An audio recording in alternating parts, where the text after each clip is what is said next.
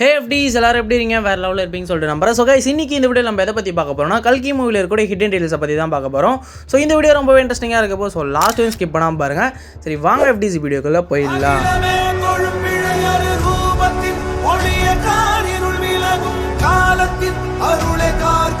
ரீசெண்டாக தான் பார்த்தீங்கன்னா ஓடிடியில் நம்ம கல்கி மூவி வந்து ரிலீஸ் பண்ணியிருந்தாங்க. சரி நம்மளுமே மறுபடியும் ரீவாச் பண்ணலாமே அப்படின்னு பார்க்குறப்ப பார்த்தீங்கன்னா நிறைய விதமான ஹிடன் டீட்டெயில்ஸ் நான் நோட் பண்ணியிருந்தேன். ஸோ கரெக்டாக சொல்லணும்னா 10 தரமான ஒரு ஹிடன் டீட்டெயில்ஸ் அதை தான் ஒன் பை ஒன்னாக நம்ம பார்க்க போகிறோம். ஃபஸ்ட்டு டீட்டெயில் என்னன்னு பார்த்தோம்னா கல்கி அப்படின்ற அந்த ஒரு இன்ட்ரோலே பார்த்தீங்கன்னா கிட்டத்தட்ட 11 லாங்குவேஜஸ் வந்து யூஸ் பண்ணியிருக்காங்க. ஸோ கரெக்டாக எக்ஸாக்டாக சொல்லணும்னா English, Greek, Gujarati, Chinese, Hindi, Japanese, Telugu, Thai, Tamil, Assamese, Oriya அப்படின்னு சொல்லிட்டு கிட்டத்தட்ட 11 லாங்குவேஜஸில் அந்த கல்கி அப்படின்ற அந்த ஒரு இன்ட்ரோ வந்து வரும். ஸோ இங்கிருந்தே பார்த்தோன்னா அந்த ஒரு ஹிடன் டீட்டெயில்ஸ் வந்து பார்க்கலாம் நம்மளால். ஸோ செகண்ட் விஷயம் என்னடான்னு பார்த்தோம்னா நம்ம படத்தில் கவுன்சிலர் பேனி அப்படின்ற மாதிரி ஒரு கேரக்டர் வந்து பார்த்துருப்பீங்க. ஸோ சுப்ரீம் கீழே வேலை செய்வாங்க. ஸோ சுப்ரீம் கீழே வேலை செய்யக்கூடிய ஒன் ஆஃப் த பர்சனே சொல்லலாம். ஸோ இவர் வந்து பார்த்தோம்னா ஒரு ஆர்கியாலஜிஸ்ட் கலெக்டர் அப்படின்ற மாதிரி வந்து தெரியும். ஸோ அது மட்டும் இல்லாமல் பார்த்தோன்னா இவர் வந்து புராணம் சம்மந்தப்பட்ட நிறைய நாலேஜ் வந்து தெரிஞ்சிருக்காம காமிச்சிருப்பாங்க. ஸோ அது ரிலேட் பண்ணுற விதமாக பார்த்தோன்னா அவருடைய ரூமில் நிறைய விதமான விஷயங்கள் வந்து இருக்குது. ஸோ எக்ஸாம்பிளுக்கு சொல்லணும்னா விஷ்ணுவோடைய கடை வந்து பார்க்க முடியுது. ஸோ விஷ்ணுவோடைய கடைனா வேறு ஒன்றும் இல்லை, நம்ம லார்ட் விஷ்ணு இருக்கார் பார்த்தீங்களா. ஸோ அவர் கையில் ஒரு ஆயுதம் மாதிரி வச்சிருப்பாரு.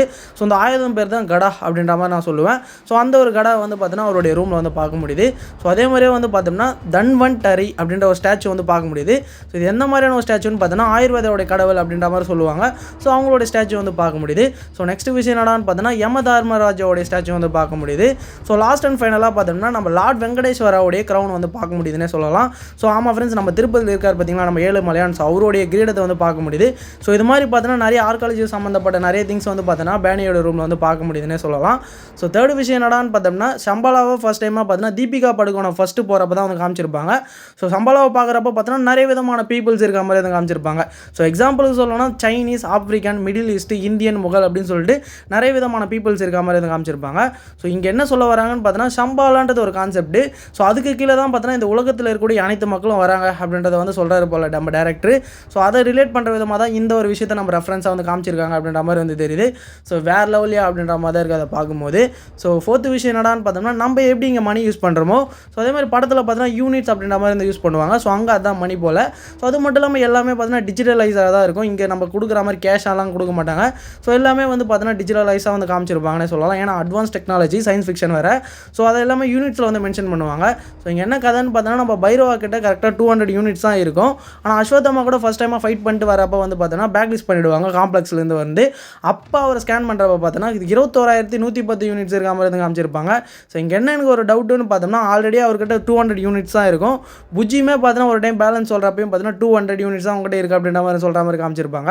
ஸோ அதே மாதிரி அதுக்கப்புறமா ஒரு ஃபைட் வந்து போடுவார். ஸோ அங்கே பார்த்தோன்னா ஒரு 5,000 யூனிட் வின் பண்ணுற மாதிரி காமிச்சிருப்பாங்க. ஸோ அந்த ஒரு 5,000 யூனிட்ஸுமே வந்து பார்த்தோன்னா எக்ஸ் வாங்குற மாதிரி வந்து காமிச்சிருப்பாங்க. ஸோ டோட்டலாக அவர்கிட்ட பார்த்தோன்னா 200 யூனிட்ஸ் மட்டும்தான் இருக்கும். பட் ஆனால் அவர் ஸ்கேன் பண்ணுறப்போ பார்த்தோன்னா 21,110 யூனிட்ஸ் இருக்க மாதிரி வந்து காமிச்சிருக்கோம் அந்த ஒரு ஹாலோகிராமில். ஸோ இது எப்படி அப்படின்றத எனக்கு சுத்தமாக புரியல. உங்களுக்கு ஏதாச்சும் எதாவது மறக்காம கமெண்ட் செக்ஷனில் வந்து சொல்லிட்டு போங்க. ஸோ ஃபிஃப்த்து பாயிண்ட் என்னடான்னு பார்த்தோம்னா நம்ம எல்லாம் நினச்சிட்டு இருப்போம் பைரவா தான் பார்த்தோன்னா சம்பாலாவுடைய லொக்கேஷனை காம்ப்ளெக்ஸ் காமிச்சிட்டாரு அப்படின்ற மாதிரி. ஸோ இங்கே யார் உண்மையிலே வந்து அந்த ஒரு லொக்கேஷன் அமைச்சதுன்னு பார்த்தோம்னா ஸ்டார்டிங்லேருந்து ஒரு எனிமி மாதிரி ஒரு பர்சன் வந்து காமிச்சிருப்பாங்க. அது காம்ப்ளெக்ஸ் கீழே ஒருத்தர் வேலை செஞ்சிருப்பான் பார்த்தீங்கன்னா அந்த பொண்ணுங்களை பிடிச்சி கொடுக்குறது. ஸோ ஏதாவது ப்ரைஸ் அமௌண்ட் பண்ண இவங்க போயிட்டு வந்து அந்த விஷயத்தை முடிச்சு கொடுக்குறது. ஸோ சிம்பிளாக சொல்லணும்னா பார்த்தோன்னா பவுண்டி ஹண்டர்னு சொல்லலாம். ஸோ அதே மாதிரி தான் பார்த்தோன்னா தீபிகா படுகோனை வந்து பிடிச்சி தரவங்களுக்கு ஒரு சர்டன் யூனிட்ஸ் தான் வந்து அனௌன்ஸ்மெண்ட் பண்ணியிருப்பாங்க காம்ப்ளெக்ஸில்.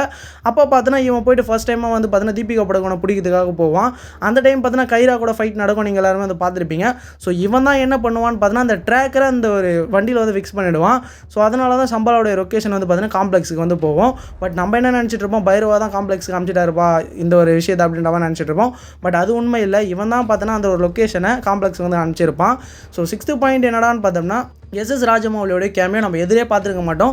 சடனாக பார்த்தோன்னா ஒரு கேமியோ வந்து பயங்கரமாக வந்து கொடுத்துட்டு போயிருப்பார். ஸோ அவர் வருந்த கேமியோலையும் பார்த்தோன்னா வேலையான ஒரு ஹிடன் டீல்ஸ் வந்து இப்போ நம்மளால் பார்க்க முடியுதுன்னே சொல்லலாம். ஸோ அது என்ன ஒரு ஹிடன் டீல்ஸ் பார்த்தோன்னா நம்ம ராஜமௌலி ஒரு ட்ரிகர் இழுக்கிற மாதிரி வந்து காமிச்சிருப்பாங்க புஜி அட்டாக் பண்ணுறதுக்காக. ஸோ அப்போ பார்த்தோன்னா அவர் இழுக்கிறது வந்து பார்த்தோன்னா வந்து ட்ரிகரே கிடையாது. ஸோ அது என்னன்னு பார்த்தோன்னா பாகுபலியில் யூஸ் பண்ணியிருக்க ஒன் ஆஃப் த ஐகானிக் ஸ்குவாட்னே சொல்லலாம். ஸோ அந்த ஒரு ஸ்குவாடை பார்த்தோன்னா அந்த இடத்துல பார்க்க முடியுது. ஸோ இங்கேயுமே பார்த்தோன்னா வேலையான ஒரு ரெஃபரன்ஸ் வந்து நம்ம டேரக்டர் வந்து வச்சிருக்காரு. ஸோ அது மட்டும் இல்லாமல் பார்த்தோன்னா ரெஃபரன்ஸ் டைலாகுமே பார்த்தோன்னா அது ரிலேட்டடாக தான் வந்து இருக்குது. ஸோ இந்த வாட்டி வந்து பார்த்தோன்னா 5 வருஷத்தோடு முடிஞ்சது, அடுத்த வாட்டி மாட்டினா 10 வருஷம் அப்படின்ற மாதிரி வந்து பார்த்தோம்னா வேறு லெவலாக அந்த மூவியை ரிலேட் பண்ணுற மாதிரியே பார்த்தோன்னா டைலாகுமே வந்து வச்சிருப்பாங்க. ஸோ இந்த ஒரு ஹிடன் டீடைல்ஸ் நீங்கள் படம் பார்க்குறப்ப கண்டிப்பாக நோட் பண்ணியிருப்பீங்க. ஸோ 7th விஷயம் என்னடான்னு பார்த்தோம்னா நம்ம தீபிகா படுகோன் பார்த்தீங்கன்னா ஒரு இடத்துல வந்து பார்த்தீங்கன்னா லாஸ்ட் அண்ட் ஃபைனலாக நம்ம பிரபாஸ் வந்து தூக்கிட்டு வர மாதிரி காமிச்சிருப்பாங்க. ஸோ புஜ்ஜி கிட்ட தூக்கிட்டு வர மாதிரி காமிச்சிருப்பாங்க காப்பாற்றி. அப்போ பார்த்தீங்கன்னா கான்ஷியஸ் ஆகிற மாதிரி வந்து காமிச்சிருப்பாங்க. ஸோ இங்கே என்ன ஒரு மேட்டர்னு பார்த்தோம்னா அவங்க 2 டைம் கான்ஷியஸ் ஆகிற மாதிரி காமிச்சிருப்பாங்க. இது எடிட்டரோடைய மிஸ்டேக்காக என்னன்னு தெரியல, ஆனால் கன்ஃபார்மாக இது ஒரு மிஸ்டேக் தான் நான் சொல்லுவேன். ஸோ அதை ஸ்லோ மோஷனில் வச்சு பார்த்தா தான் தெரியுது அது மிகப்பெரிய மிஸ்டேக் பண்ணியிருக்காங்களேப்பா அப்படின்ற மாதிரி. ஸோ 8th விஷயம் என்னடான்னு பார்த்தோம்னா 2 அமிதாப் பச்சன் ஃபைட் பண்ணுற மாதிரி வந்து காமிச்சிருப்பாங்க. ஒன்று பார்த்தோன்னா ரியல் அமிதாப் பச்சன், இன்னொருத்தர் பார்த்தோம்னா நம்ம பைரவா, அதாவது பிரபாஸ் வந்து பார்த்தோன்னா அட்வான்ஸ் டெக்னாலஜி மூலயமா அமிதாப் பச்சனோடைய ஆக்டிங் அதாவது கேரக்டரில் வந்து வராமல் இருந்து காமிச்சிருப்பாங்க. ஸோ அவங்க 2 பேருமே பார்த்தோன்னா ஈக்குவலாக ஃபைட் பண்ணுற மாதிரி தான் நம்ம நினச்சிட்டு இருப்போம்.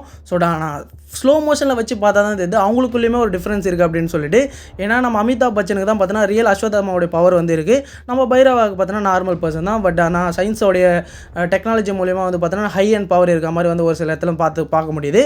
ஸோ இவங்களுக்குள்ள ஃபைட் நடக்கிறப்ப பார்த்தோன்னா கண்டிப்பாக பைரவாவுக்கு வந்து பார்த்தோன்னா கொஞ்சம் கம்மியாக தான் ஃபைட் பண்ண முடியும் அஸ்வத்தாமா கம்பேர் பண்ணுறப்ப.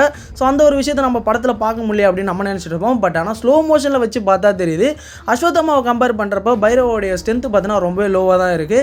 ஸோ அதை நார்மலாக பார்த்தா தெரியல, ஸ்லோ மோஷனில் வச்சு பார்த்தா கண்டிப்பாக வந்து நோட் பண்ண முடியுதுன்னே சொல்லலாம். ஸோ 9th விஷயம் என்னடான்னு பார்த்தோம்னா நம்ம ஃபஸ்ட்டு பார்த்தோன்னா லார்ட் ஷோ வந்து காமிச்சிருப்பாங்க. ஸோ அப்போ பார்த்தோன்னா அவர் வந்து அஸ்வத்தாமாவுக்கு வந்து ஒரு சாபம் கொடுப்பார். ஸோ அந்த டைமில் வந்து பார்த்தோன்னா பேக்ரவுண்டில் எதுவுமே வந்து இருக்காத மாதிரி தான் காமிச்சிருப்பாங்க. ஒன்லி ஷேடோ வந்து தெரிகிற மாதிரி வந்து காமிச்சிருப்பாங்க. ஸோ ஆனால் இனிஷியலாக எதுவுமே இருக்காத மாதிரி காமிச்சிருப்பாங்க. ஸோ நெக்ஸ்ட் ஃப்ரேம்லேயே பார்த்தோன்னா ஒரு குதிரை போகிற மாதிரி வந்து காமிச்சிருக்காங்க பேக்ரவுண்டில். எப்படி பார்த்து திடீர்னு ஒரு குதிரை வந்தது அப்படின்ற மாதிரி தான் இந்த ஃபர்ஸ்ட் டைமாக பார்க்குறப்ப. ஸோ லாஸ்ட் அண்ட் ஃபைனலாக ஒரு வேறு லெவலான ஒரு மேட்ரு என்னடான்னு பார்த்தோம்னா நம்ம தீபிகா படுகோனுக்கு பேர் பார்த்தோன்னா சம் 80 அப்படின்ற மாதிரி தான் நம்மளாம் நினச்சிட்டு இருப்போம். படம் பார்த்துட்டு வந்ததுக்கப்புறமா அவங்க பேர் சம் 80 அப்படின்ற மாதிரி வந்து ரூமராக வந்து போயிட்டு இருந்தது. ஸோ அவங்க உண்மையான பேர் என்னடான்னு பார்த்தோம்னா SUM80 அப்படின்றத அவங்களுடைய உண்மையான பேர். நம்ம எல்லாம் நினச்சிட்டு இருப்போம் சம் 80 தான் அவங்க பேர் அப்படின்னு சொல்லிட்டு. ஏன்னா கூகுளில் போட்டாலுமே பார்த்தோன்னா சம் 80 தான் வருது. பட் ஆனால் படத்தில் அவங்களுக்கு வந்து ஒரு QR மாதிரி வந்து கொடுத்துருப்பாங்க. அந்த டைம் ஸ்கேன் பண்ணுறப்போ ஜூம் பண்ணி பார்த்தா தெரியுது SUM80 இருக்கேப்பா, அவங்க பேர் SUM80 தான் அப்படின்ற மாதிரி வந்து தெரியுது. அவங்க கோவர்க்கர்ஸுமே பார்த்தோன்னா M80 அப்படின்ற மாதிரி தான் அவங்கள வந்து கூப்பிடுவாங்க. ஸோ இதுலேருந்து என்ன தெரியுதுன்னு பார்த்தோன்னா அவங்க பேர் SUM80 ரியல் நேமு. ஸோ அவங்களுக்கு பார்த்தோன்னா நேம்லாம் இருக்காது மூவியில். ஸோ அந்த ஒரு இடத்துல சுப்ரீமில் நேம்லாம் இருக்காது. அவங்களுக்கு இந்த பார்கோடு இந்த நேம் அவங்களுக்கு இதுதான் பார்த்தோன்னா வந்து அவங்களுக்கு நேமாக வந்து கன்சிடர் பண்ணியிருப்பாங்க. ஸோ இந்த டீட்டெயில்ஸ் எல்லாமே உங்களுக்கு கண்டிப்பாக பிடிச்சிருக்குன்னு நினைக்கிறேன். இன்னுமே நிறைய டீட்டெயில்ஸ் இங்கே வந்து இருக்குது. கண்டிப்பாக வேணும்னு நினச்சிங்கன்னா மறக்காமல் கமெண்ட் செக்ஷனில் பார்ட் 2 கமெண்ட் பண்ணுங்கள். கண்டிப்பாக நான் வீடியோ மேக் பண்ணி போடுறேன். ஸோ இந்த வீடியோ உங்களுக்கு பிடிச்சிருக்குன்னு நினைக்கிறேன். பிடிச்சிருந்தா ஒரு லைக்கை போட்டு விட்டுருங்க.